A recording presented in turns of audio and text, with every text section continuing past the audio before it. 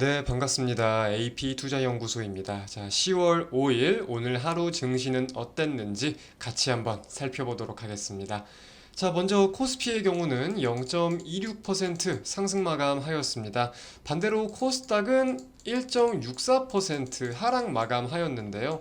좀 이제 수치적으로만 본다고 하면은 굉장히 상반된 것 같다 이렇게 생각을 하실 수도 있겠지만 우리가 분봉상으로 확인을 해봤을 때는 이게 지금 코스닥 분봉이고 이게 지금 코스피 분봉인데 사실상 큰 차이가 좀 없습니다. 양대 증시 모두 1%가 넘는 갭을 띄우고 출발을 시켰어요.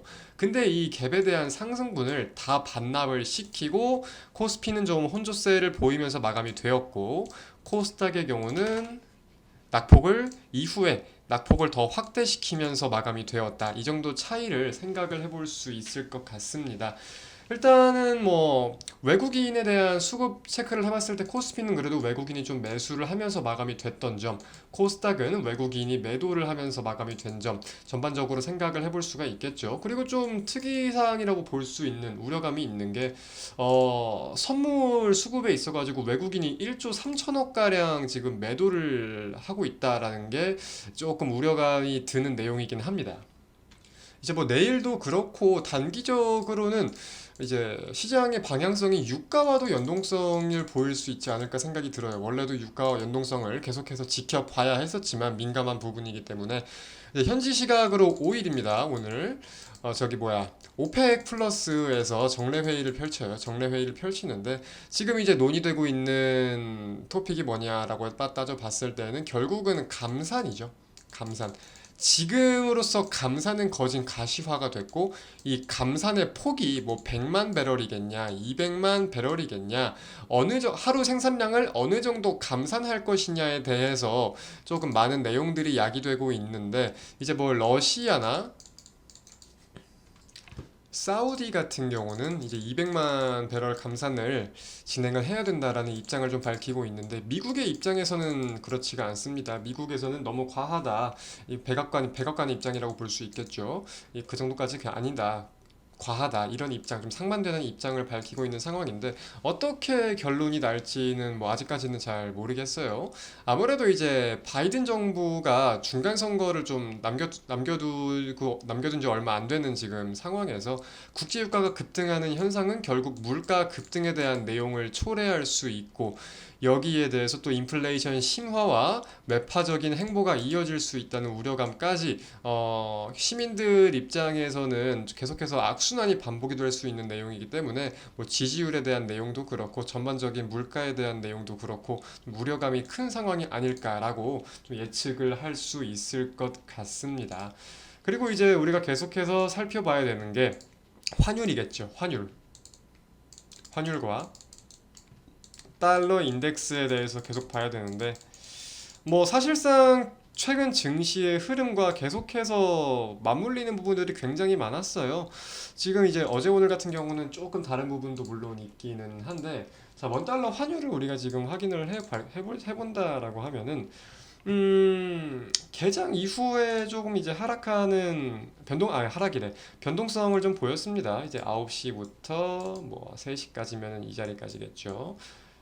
좀 변동성이 있는 모습들을 좀 보이고 있는데 결국은 이게 원화에 대한 개별적인 요인을 가지고 달러 원화 가치가 지금 결정된다라기보다는 달러 인덱스에 대한 내용을 가지고 원화가 상대적인 평가를 계속해서 받고 있다라고 우리가 살펴봐야 되는 건데 로딩이 좀 기네요. 잠깐 같이 기다려 봅시다.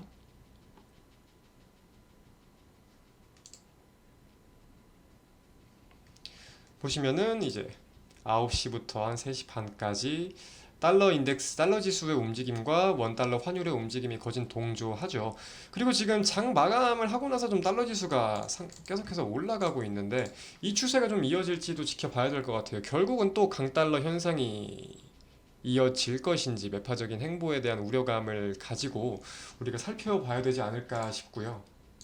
아까 이제 오펙 그리고 석유 감산에 대한 내용 말씀드렸는데 관련해가지고 국제유가도 이게 지금 일봉인데요. 계속되는 하향 추세를 겪다가 이제 좀 상대적인 반등이 나오고 있다 보니까 여기에 대해서 오늘 회의 이후에 어떤 변동성을 보일지 우리가 체크를 해야겠다. 이게 단기적인 증시의 방향성을 정할 수가 있겠다라는 내용 좀 체크를 할 필요가 있을 것 같습니다. 이제 미국 증시가 크게 상승한 이유는 좀 경제 지표가 부진한 모습을 보이면서 저기 뭐야 매파적인 연준의 행보가 좀 꺾일 수 있겠다. 보다 완화적으로 갈 수 있겠다라는 내용을 가졌었는데 이제 한국은 그와 좀 상반되죠. 사실상 계속해서 매파적인 입장이 더욱더 고수되고 이에 대한 가능성이 더욱 높아지고 있다 보니까 다음 주 이제 12일 날 한국은행 금통위가 열리는데 거기서도 결국은 0.50%포인트 빅스텝 가능성이 점차 좀 커지고 있는 상황이 아닌가 싶어요. 아무래도 미국과 한국의 금리 차에 대한 내용, 금리 차가 더욱 커지는 거에 대한 우려감이 커질 수 있고 그리고 달러 가치에 대해서 계속해서 고공행진하는 달러 가치에 대해서 원화가 상대적으로 계속 평가절하, 약세를 보일 수는 없기 때문에 이런 내용들을 생각을 한다면은 좀 빅스텝 가능성이 커질 수밖에 없다라고 살펴봐야 되는 거겠죠. 그래서 그런 리포트도 좀 있더라고요. 물가 중심에서 이제 화폐 가치 중심으로 통화 정책이 좀 이동하고 있는 연준처럼 우리 한국은행도 그럴 필요가 있다. 꼭 물가에 집중을 하기보다는 통화 가치에 집중한 통화 정책을 펼칠 필요가 있다. 이런 분석들도 좀 제기가 되고 있는 상황입니다. 그래서 오늘 한국 소비자 물가 지수도 발표가 되었는데 좀 계속해서 소폭 하락 추세이긴 합니다. 전년 동월 대비해가지고 소폭 좀 이제 전월 달과 비교를 해보면은 좀 꺾이고 있는 모습들이 보이고 있는 거는 많은데 여기에 대한 요인이 국제 유가가 지금 컸거든요. 국제 유가가 최근까지 하락을 많이 했다 보니까 국제 유가가 꺾이면서 소비자 물가 지수가 꺾이는 내용이 거진 줄을 이뤘다라고 볼 수 있는 건데 국제 유가가 지금 다시금 올라가고 있는 내용 그리고 고환율 리스크가 이어지는 내용을 생각해 보면은 이 물가에 대한 리스크가 절대 끊이고 있는 게 아니다. 언제 어떤 변동성을 보일지 모르는 거다라고도 같이 생각을 해야 되다 보니까 사실상 악조건, 이 투자의 환경이 좀 악화되는 거는 계속해서 지속되고 있습니다. 네. 그래서 참 어려운 하루하루들을 보내고 있는 게 아닐까라고 생각을 할 수 있겠고요. 뭐 오늘 좀 시황 설명을 드리다가 영상이 길어졌는데 오늘의 마감 증시 영상 마쳐보도록 하겠습니다. 시청해주신 여러분 대단히 감사드립니다.